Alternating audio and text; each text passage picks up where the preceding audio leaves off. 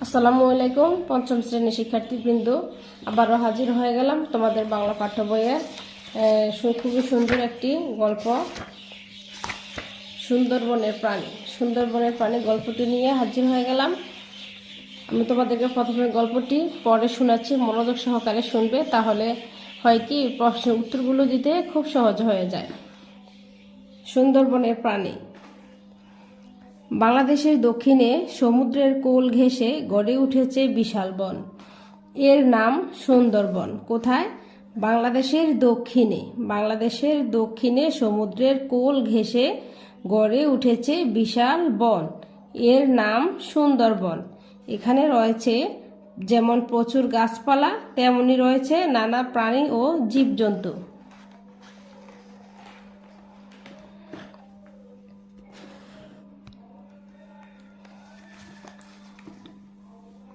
বিশ্বের কোনো কোনো প্রাণীর সঙ্গে জড়িয়ে থাকে দেশের নাম বা জায়গার নাম। যেমন ক্যাঙ্গারু বললে মনে পড়ে যায় অস্ট্রেলিয়ার কথা, সিংহ বললে চোখে ভেসে ওঠে আফ্রিকার কথা। তেমনি বাংলাদেশের নামের সঙ্গে জড়িয়ে আছে রয়্যাল বেঙ্গল টাইগার বা রাজকীয় বাঘের নাম। এ বাঘ সুন্দরবনে থাকে। রয়্যাল বেঙ্গল টাইগার দেখতে যেমন সুন্দর, তেমনি আবার ভয়ঙ্কর। এর চাল চলনও রাজার মতো। সুন্দরবনের ভেজা স্যাঁতসেঁতে গোলপাতার বনে এ বাঘ ঘুরে বেড়ায়, শিকার করে।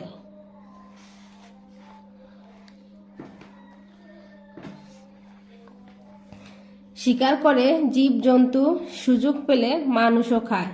একসময় সুন্দরবনে ছিল চিতাবাঘ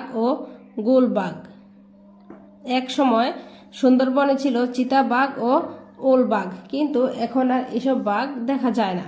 সুন্দরবনের রয়্যাল বেঙ্গল টাইগার বাংলাদেশের অমূল্য সম্পদ।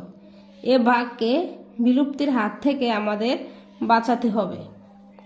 সুন্দরবনে বাঘ ছাড়াও আছে নানা রকমের হরিণ, কোনোটার বড় বড় শিং, কোনোটার গায়ে ফোঁটা ফোঁটা সাদা দাগ, এদের বলে চিত্রা হরিণ। একসময় সুন্দরবনে প্রচুর গন্ডার ছিল হাতি ও বুনো শুয়োর। এখন এসব প্রাণী আর নেই। তবে আমাদের দেশের রাঙ্গামাটি আর বান্দরবানের জঙ্গলে হাতি দেখতে পাওয়া যায়। যে কোনো দেশের জন্যই জীবজন্তু, পশু পাখি এক অমূল্য সম্পদ। যে দেশে যেমন আবহাওয়া ও জলবায়ু, সে দেশে তেমন উপযোগী প্রাণী বাস করে। একটু লক্ষ্য করলেই দেখা যাবে পৃথিবীতে অপ্রয়োজনীয় প্রাণী বা বৃক্ষলতা বলতে কিছুই নেই।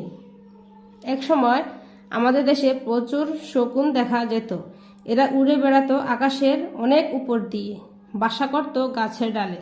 মানুষের পক্ষে যা ক্ষতিকর, সেই সব আবর্জনা শকুন খেত এবং পরিবেশকে পরিচ্ছন্ন রাখত। শকুন দেখতে সুন্দর নয়, তবে মানুষের অনেক উপকার করে।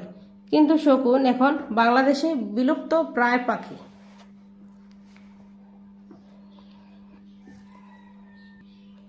প্রাণী, বৃক্ষলতা সবকিছুই প্রকৃতির দান। পশু পাখি ও জীবজন্তু প্রাকৃতিক পরিবেশের সঙ্গে মিলেমিশে থাকে। এদের ধ্বংস করতে নেই। ধ্বংস করলে নেমে আসে নানা বিপর্যয়, বন্যা, খরা, ঝড় ইত্যাদি। অতীতে সুন্দরবন আরও অনেক বড় ছিল।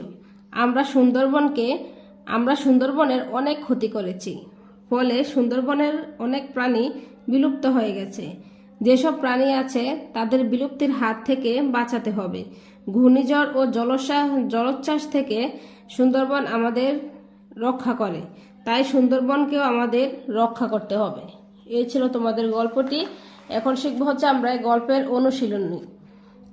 1 নম্বরে আছে শব্দগুলো পাঠ থেকে খুঁজে বের করি, অর্থ বলি।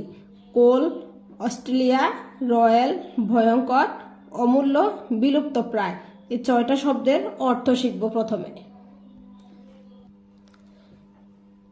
কোল অর্থ সান্নিধ্য বা তীর। অস্ট্রেলিয়া একটি মহাদেশ।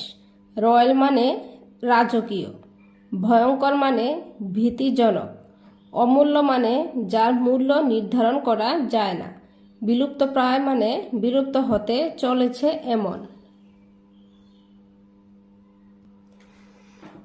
2. ঘরের ভিতরের শব্দগুলো খালি জায়গায় বসিয়ে বাক্য তৈরি করি। অমূল্য, অপার, সম্ভার, রয়্যাল, ভয়ঙ্কর, বিলুপ্তপ্রায়। আমরা এই শব্দগুলো খালি জায়গায় বসিয়ে একটি বাক্য তৈরি করব। প্রকৃতির অপার দেশ সমুদ্রের নিচে রয়েছে। এখানে কি হবে? প্রকৃতির অপার সম্ভার। প্রথমটা হচ্ছে সম্ভার। প্রকৃতির অপার সম্ভার সমুদ্রের নিচে রয়েছে। বাংলাদেশের নামের সঙ্গে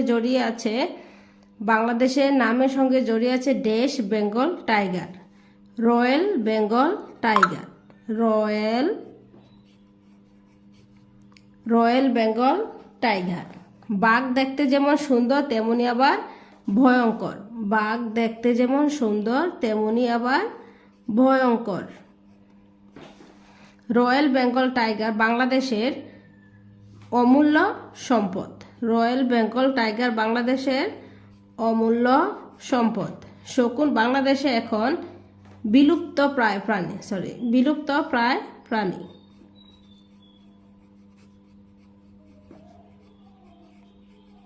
বিলুপ্তপ্রায় প্রাণী। 3. প্রাণীগুলো চিনে নিই। ক্যাঙ্গারু, চিতাবাঘ, গন্ডার। ক্যাঙ্গারু দেখতে কেমন? একমাত্র অস্ট্রেলিয়াতেই পাওয়া যায় এমন একটি প্রাণী। ক্যাঙ্গারু শুধুমাত্র অস্ট্রেলিয়াতেই থাকে।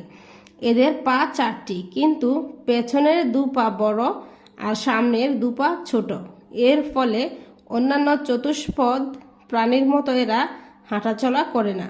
পেছনের 2 পায়ে ভর দিয়ে লাফিয়ে লাফিয়ে চলে।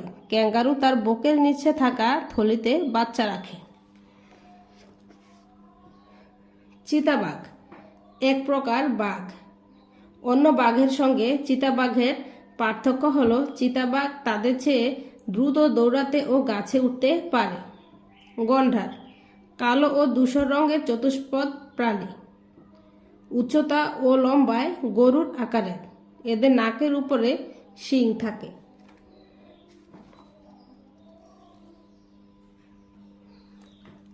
নাম্বার 4, নিচে প্রশ্নগুলোর উত্তর বলি ও লিখি। ক্যাঙ্গারু ও সিংহ বললেই কোন কোন দেশের কথা মনে পড়ে? বিভিন্ন ধরনের বাঘ সম্পর্কে তুমি যা জানো লেখো। দেশের জন্য পশু পাখি জীবজন্তু কী উপকার করে তা নিজের ভাষায় লেখো। শকুন কিভাবে মানুষের উপকার করে? পশু পাখি জীবজন্তু না থাকলে প্রকৃতির কি বিপর্যয় ঘটবে বলে তোমার মনে হয়? প্রশ্নগুলোর উত্তরগুলো তোমাদেরকে দেখিয়ে দিচ্ছি। ক্যাঙ্গারু ও সিংহ বললে কোন কোন দেশের কথা মনে পড়ে? উত্তর: পৃথিবীর বিভিন্ন দেশ বিভিন্ন প্রাণীর জন্য বিখ্যাত। বিশ্বের কোনো কোনো প্রাণীর সঙ্গে জড়িয়ে থাকে দেশের নাম বা জায়গার নাম। যেমন ক্যাঙ্গারু বললে মনে পড়ে অস্ট্রেলিয়ার কথা, সিংহ বললেই মনে ভেসে ওঠে আফ্রিকার কথা।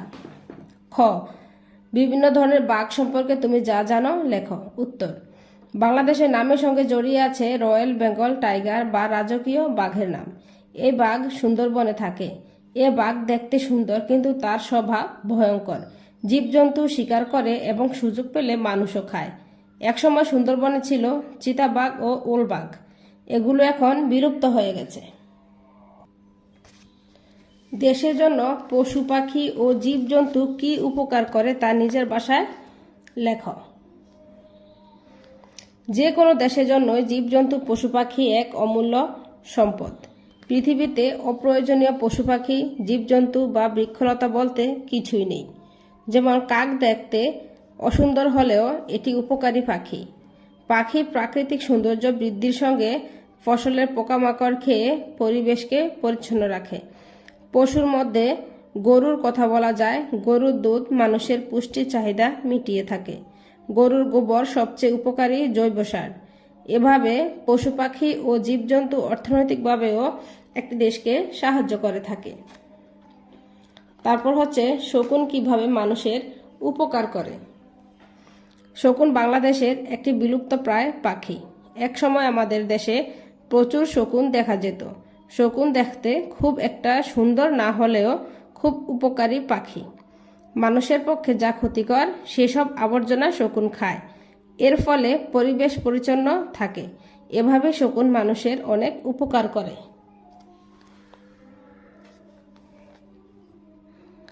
পশু পাখি জীবজন্তু না থাকলে প্রকৃতির কি বিপর্যয় ঘটবে বলে তোমার মনে হয়? উত্তর, যে কোনো দেশের জন্য পশু পাখি জীবজন্তু এক অমূল্য সম্পদ। যে দেশে যেমন আবহাওয়া ও জলবায়ু, সে দেশে তেমন উপযোগী প্রাণী বাস করে। প্রাণী, বৃক্ষলতা সবকিছুই প্রকৃতির দান।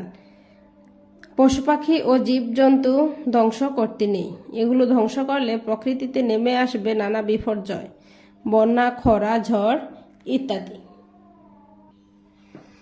5. নিচের বাক্য দুটি পড়ি। এই দুটি বাক্য দেওয়া আছে, সেটি এখন পড়ব। মানুষের পক্ষে যা ক্ষতিকর সেই সব আবর্জনা শকুন খেয়ে ফেলে। সে সত্যিকার অর্থে মানুষের উপকার ছাড়া অপকার করে না। উপরের বাক্য দুটিতে অনেক শব্দ ব্যবহৃত হয়েছে। বাক্যে ব্যবহৃত প্রতিটি শব্দই এক একটি পদ।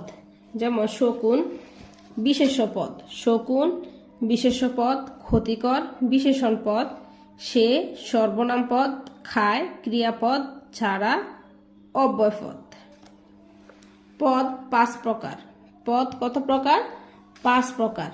বিশেষ্য, বিশেষণ, সর্বনাম, ক্রিয়া, অব্যয়। নিচের বাক্যগুলো থেকে বিশেষ্য পদ খুঁজে বের করো। সুন্দরবনে বাঘ ছাড়াও আছে নানা রকমের হরিণ। কোনোটার বড় বড় শিং, কোনোটার গায়ে ফোঁটা ফোঁটা সাদা দাগ। এদের বলে চিত্রা হরিণ। এখন আমাদেরকে বের করতে হবে কোনগুলো বিশেষ্য পদ। সুন্দরবন, বাঘ, হরিণ, শিং এবং দাগ। কয়টা? 5টা। 1, 2, 3, 4, 5। এই 5টা হচ্ছে বিশেষ্য পদ। 6. নিচের নির্দেশনা অনুযায়ী বাংলাদেশের যে কোনো একটি প্রাণী সম্পর্কে রচনা লিখি। নিচের নির্দেশনা অনুযায়ী বাংলাদেশের যে কোনো একটি প্রাণী সম্পর্কে রচনা লিখি। এখানে থাকতে হবে আকৃতি, রং, কোথায় দেখা যায়, আবাসস্থল, খাদ্যাভ্যাস।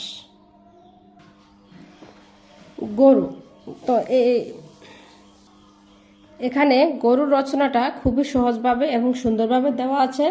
তোমরা চাইলে এটা পড়তে পারো, বা অন্য কোনো রচনাও, এখানে অন্য কোনো প্রাণী সম্পর্কেও এখানে তুমি রচনা লিখতে পারো। তো এখানে আমি গরুর রচনাটা পড়ে শোনাচ্ছি। আকৃতি। গরু চতুষ্পদ প্রাণী। এগুলো সাধারণত উচ্চতায় 3-4 ফুট এবং লম্বায় 6-7 ফুট হয়। গরুর 2টি শিং, 2টি কান, 2টি চোখ, 1টি নাক ও 1টি লেজ আছে। রং। বাংলাদেশে বেশ কয়েক রঙের গরু দেখতে পাওয়া যায়, তবে সাদা, কালো ও লাল রঙের বেশি দেখা যায়। এছাড়া এই 3 রঙের একসাথে মিশ্রণও লক্ষ্য করা যায়। কোথায় দেখা যায়? বাংলাদেশের প্রায় সব জেলাতেই, বিশেষ করে গ্রাম অঞ্চলে কম বেশি গরু দেখা যায়, তবে পাবনা, সিরাজগঞ্জ, নাটোরে বেশি দেখা যায়। আবাসস্থল।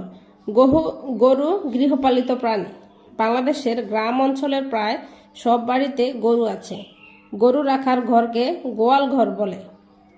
খাদ্যাভ্যাস। গরু প্রধানত তৃণভোজী প্রাণী। ধানের খড় গরুর প্রধান খাদ্য।